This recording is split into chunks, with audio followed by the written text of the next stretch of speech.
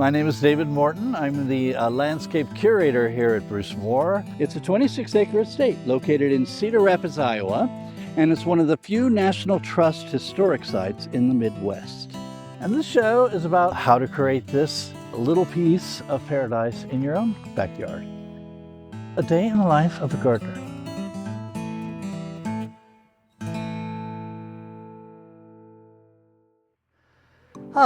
So welcome to A Day in the Life of a Garden.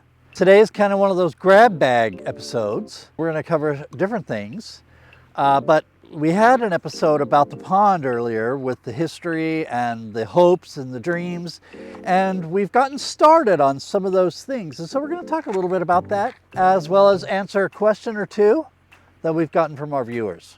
Here we go.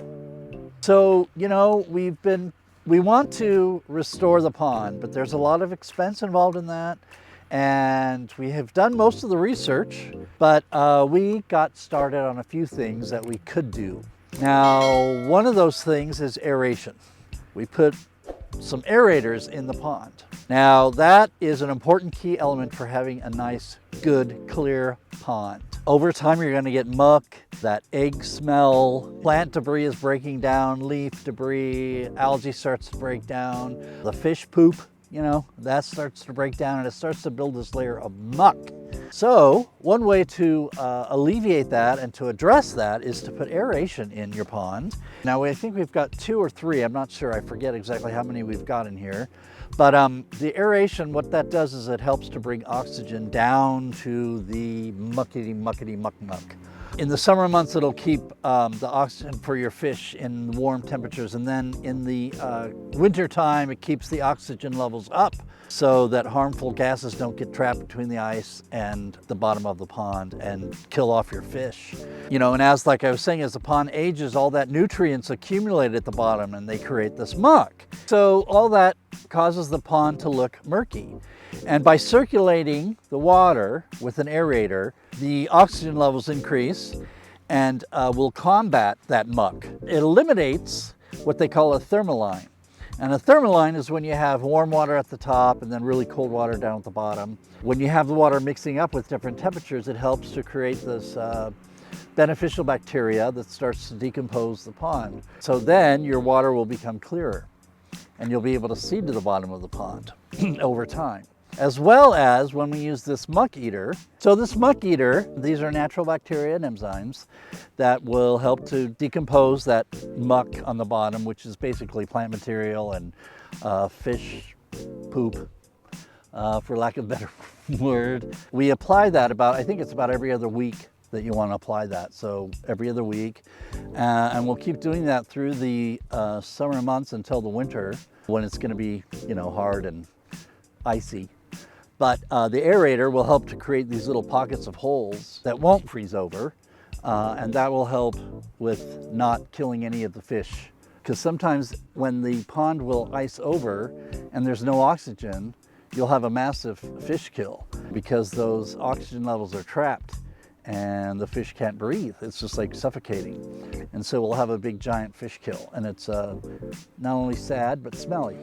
We're trying to avoid all that and trying to really clear out the pond using just natural methods without using any sort of chemicals or things that might be harmful to other wildlife. Between the muck eater and the aeration and adding plants like water lilies and letting some of the cattails grow and the flag iris, all that will start to create a balance, and then we'll add some fish in there, and then it'll start to create a balance and hopefully a clear, beautiful pond that you can sit and look at and enjoy. That's the goal. How many aerators you need, how much muck eater you need, depends on the size of your pond, but check it out and come and look at ours as it grows and evolves into this beautiful, clear pond. So remember that story about Moses and the burning bush, and he spoke to God by the burning bush. Well, here's a burning bush. You can tell it's a burning bush because A, it's starting to lose its green and turn red, which is one of the reasons why they call it a burning bush. The botanical name is Euonymus alata. And one way you can also tell when it loses all its leaves that it's a burning bush is it has these square stems. This is a beautiful plant to have near a pond because it will reflect that beautiful redness. It's one of the most frequently photographed places on the estate when this thing turns completely red. Some people say they're becoming invasive, but I think they're fairly easy to control. And they're beautiful in the landscape. Burning bush, Euonymus alata. So we're looking at these asters here, and they look like they're dying because they are. It's fall. They've gone through their bloom cycle. Generally, they're a little taller, but the deer ate them, which they never do. But I've discovered that you can prune them or have the deer prune them for you, and they'll still bloom for you. But now they are going to seed, and some of them have dried. And you can see when you pinch them between your fingers, this is all the little teeny aster seed. And so if you want more of those, you'll want to take these and spread them throughout the garden, wherever, and then they'll reseed. Like we had poppies that we spread earlier in the year because they dried, and we spread those out, and they'll come up next spring. And then like the larkspur, these here are next year's larkspur. They bloomed early spring, and then mid-spring we scattered the seeds, and the nuns for next year have already emerged. Now, if you don't want these to reseed in your garden, you got enough of them, go ahead and cut them all the way down to the ground and dispose of all the material. That way you won't have any more if you've got too many. Little tidbit for you. So the zinnias are starting to go because it's the end of their season. But if you want to save the zinnia seeds, let me show you. You'll deadhead them. You'll see them. You want them to get kind of good and dry like that. And then you can bend them over or kind of hold them in your hands. And there's your zinnia seed right there. So then you want to bring those in if you're in a cool climate, and let them dry out over the winter, and then plant them next spring. The seeds won't survive out here in Iowa's winter. And you also want to let them get good and dry on the plant itself. And you can see there's the seed. At the end of the petal is the seed. Little tidbit for you. So we got a viewer question, and it had to do with when do I put my roses to bed for the winter? We're in front of this beautiful rose, and it's still fall. So as long as it's warm like this, you don't have to really worry about it. What I would do is wait until you get at least 2 really good hard freezes, and then I'd get some compost and just mound it up around the base of the plant, maybe about 1 foot high.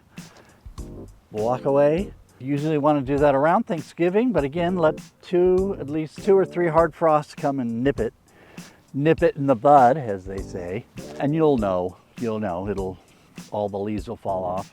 The main thing is you want to keep it from freezing and thawing and freezing and thawing, so that's why you want to mound up the soil or compost around the base. That way the base part will stay insulated, so to speak.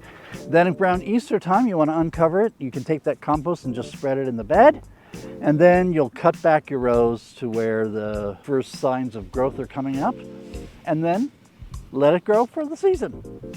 Hope that helps. Remember, every garden counts. We hope you enjoyed it, and if you want to see more, hit the like button, the notification bell, and subscribe to the channel.